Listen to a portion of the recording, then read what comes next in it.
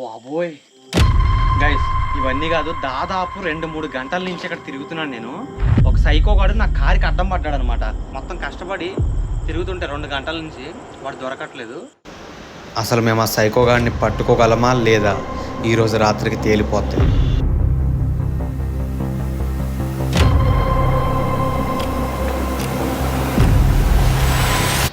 వాడిని పట్టేసుకుంటామేమో అని భయపెట్టడానికి విచిత్రంగా అరుస్తూ మమ్మల్ని భయపెడుతున్నాడు.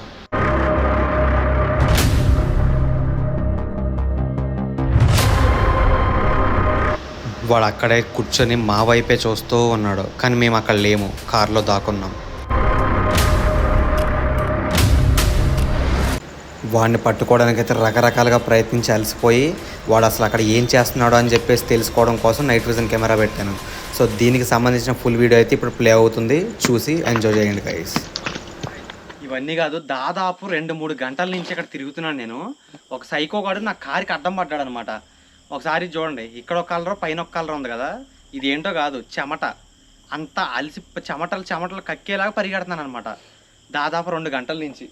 ఇప్పుడు మ్యాటర్ ఏంటంటే, ఏంటి కొత్తగా అనుకుంటారు కొత్తగా చూసిన వాళ్ళు, ఏంటంటే నేను మామూలుగా వేరే ఊరికి వెళ్దామని చెప్పేసి కొన్ని హాంటెడ్ హౌస్లు వెతికే పని మీద ఒక రోడ్డు అంటే వెళ్తున్నాను. అయితే సడన్గా రోడ్డు మీద ఒక ఇంట్లోంచి, పాడుబడిన ఇంట్లోంచి ఒక సైకోగాడు వచ్చి నా కారు మీద పడి నన్ను కొట్టబోయాడు అనమాట. అంటే మిర్రర్ తీసుకొని ఉన్న కారు దగ్గరికి వచ్చి ఇలా కొట్టబోయాడు.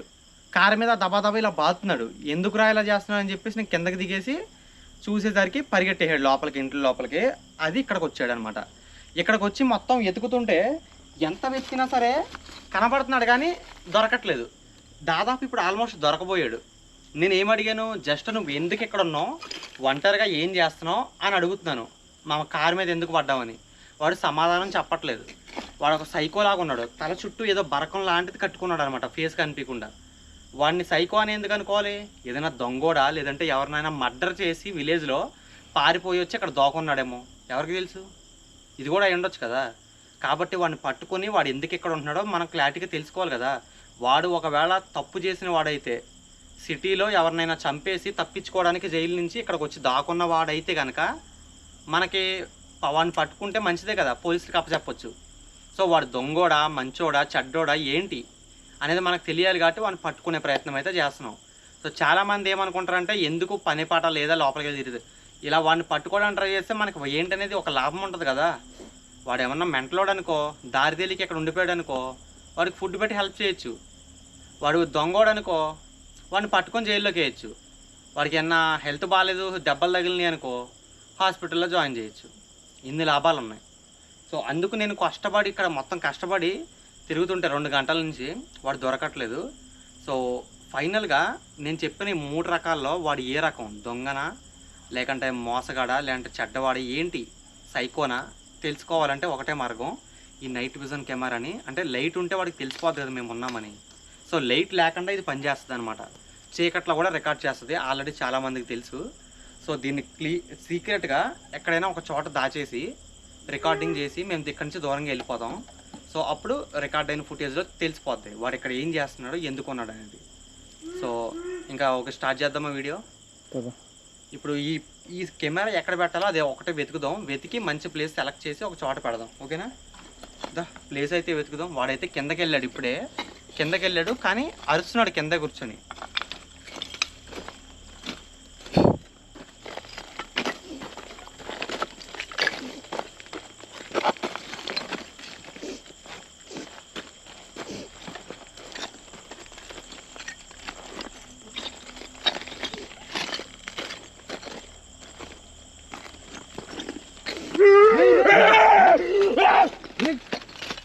పైపోయాడు, కొట్టబోయాడు రా, జస్ట్ మిస్. అరే వీడిని పట్టుకోవాలంటే ఎలా, ఇక్కడ ఇంకా బయటకు వద్దు, ఇలా కెమెరా ఎక్కడ పెట్టాలి. వాడు ఏం చేస్తున్నాడు, లోపలికి వెళ్ళాడు కదా, కెమెరా ఎక్కడ ఫిక్స్ చేయాలి. ఇక్కడ పెట్టేద్దామా, కనిపిస్తుందా క్లియర్గా పెట్టలేదు, కనెక్ట్ చేయాలి కదా కనిపిస్తా. ఎగ్జాంపుల్గా ఒకసారి కెమెరా యాంగిల్తో చూడు, పర్ఫెక్ట్ ఉందా లేదా అనేది, ఇల్లు పడుతుందా లేదా. ఇందులో లైట్ సరిపోదు కాబట్టి తెలియట్లేదు. సరే లైట్ సరే కనిపిస్తున్నాయి, ఓకేనా, కనిపిస్తున్నాయి 2 ఇల్లు. సరే వాడు లోపల ఉన్నాడు కదా, మనం కెమెరా పెట్టేసి ఇక్కడ నుంచి వెళ్ళిపోదాం. వాడు ఏం చేస్తున్నాడు అనేది రికార్డ్ అవుద్ది, ఓకేనా. ఇక్కడ తీసుకురా. ఇది సెట్ కాకపోతే వేరే చోట పెడదాం. కేబుల్ కనెక్ట్ చేద్దాం. సో కేబుల్స్ అన్నీ కనెక్ట్ చేసిన తర్వాత ఫుటేజ్లో కలుస్తాను గైస్. సో ఓకేనా, బాయ్. పెట్టు, ఏమవుతుందో వాళ్ళకి కూడా చూపిద్దాం. వాళ్ళు ఏం తెలుసుకుంటారు. ఇదిగో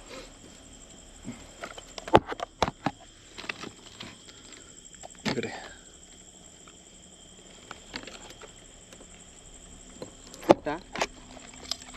పవర్ బ్యాంక్ ఎక్కడ పెట్టు, దాన్ని కూడా అక్కడ పెట్టు. సెట్ వైఫై కనెక్ట్ చెయ్యి. వెళ్ళిపోదాం. ఇంకా ఇక్కడి నుంచి కార్లో కూర్చున్నాం.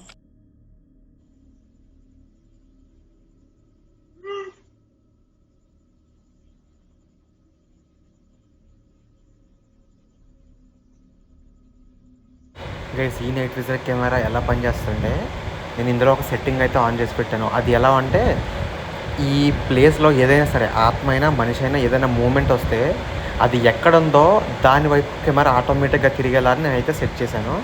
సో ఒకవేళ మనకి కనిపించని ఏదైనా దెయ్యం ఆత్మ ఎదురుగుండా వచ్చిన సెన్సార్ కనుక ఒకవేళ కనిపెట్టిందంటే ఆ ఆత్మ ఎటుందో అటువైపు కెమెరా అలా తిరిగి మనం క్యాప్చర్ చేస్తుంది అనమాట.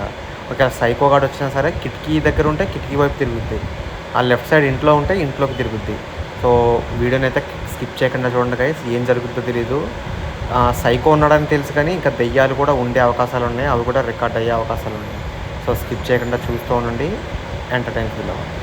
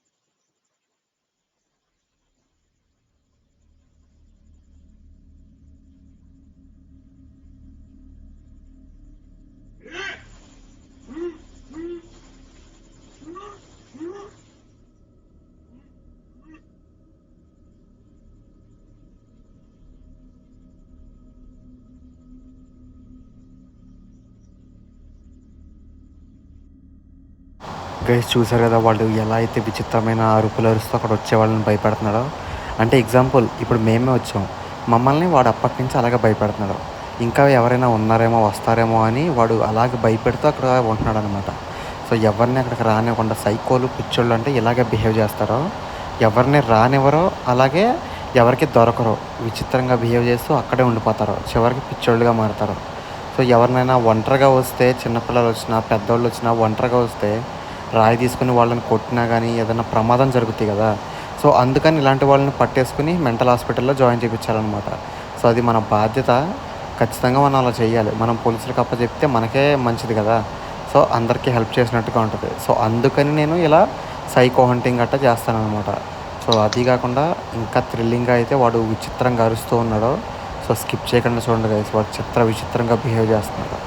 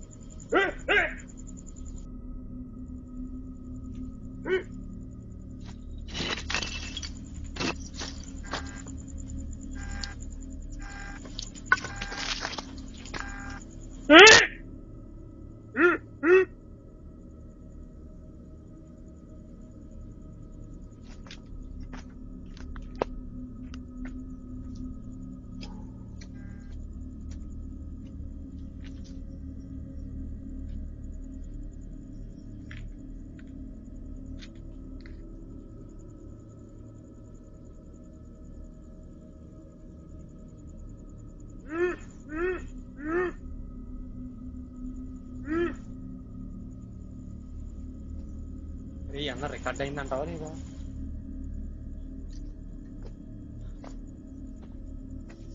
ఇక్కడ ఉన్నాడా లేదా ఇక్కడ? గైస్ నేనైతే కనబడుతున్నానా?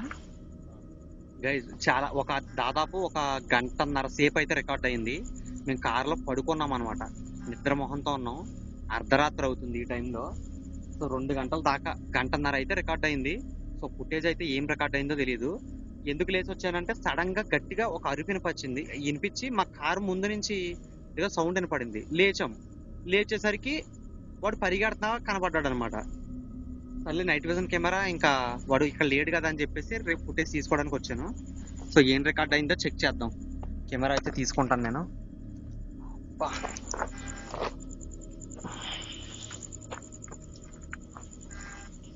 పద నరేంద్ర, కార్ దగ్గరికి పోదా, చెక్ చేద్దాం కార్లో కూర్చొని ఏముందో ఏంటో ఇందులో. అంటే మనం చూడలేదు, ఆడియన్స్ నాకు తెలిసి ఆల్రెడీ చూసేసే ఉంటారు.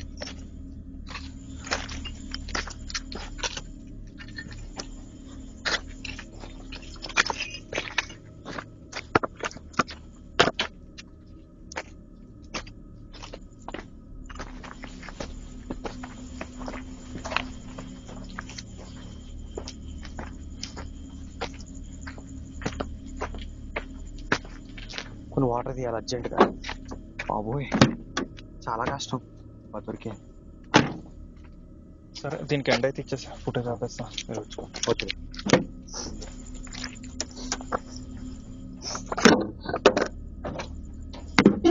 కాపాడతానా ఇప్పుడు? కాపాడతానా?